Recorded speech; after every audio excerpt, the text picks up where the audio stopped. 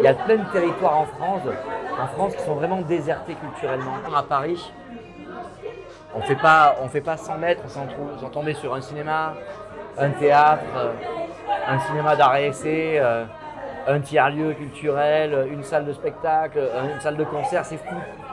Et moi, je viens d'une ville qui s'appelle Digne-les-Bains, qui est un peu isolée, comme ça dans les Alpes-de-Haute-Provence, où j'ai senti qu'il y a quand même un vrai manque, quoi. C'est une forme de violence, le non-accès à la culture. C'est sûr et certain.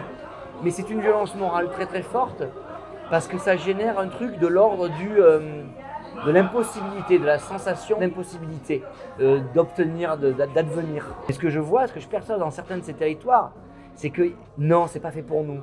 On n'y a pas droit. On peut pas forcément. Oh oui, non, mais il faut vivre à Paris. Ou alors il faut vivre dans des grandes villes. Et du coup, les gens s'interdisent des tas de choses. Est-ce que c'est de plus en plus fort qu'il y a une époque? C'est pas compliqué. Moi, le cinéma qu'on a racheté avec mes collègues du top, à la base, c'était une salle de spectacle qui faisait 1000 places à Digne dans les années 50. Ça veut dire qu'à Digne, dans les années 50, il y avait une salle de 1000 places. Aujourd'hui, le centre culturel de Digne, avec lequel on va travailler, mais que le petit centre culturel de Digne, là où se passe la majorité des activités et de la programmation artistique, c'est 250 places. Mais la culture, elle vient plus à eux. Alors, je me rappelle, dans les années 80, ma sœur était allée voir le concert de Jean-Jacques Goldman à Digne, sur la place, etc.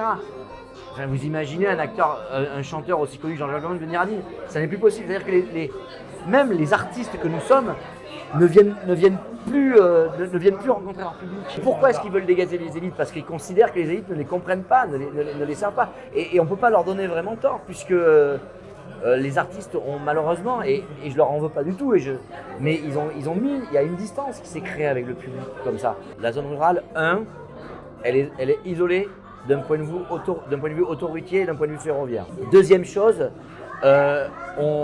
les principaux services publics sont en train de disparaître. Ils s'échappent.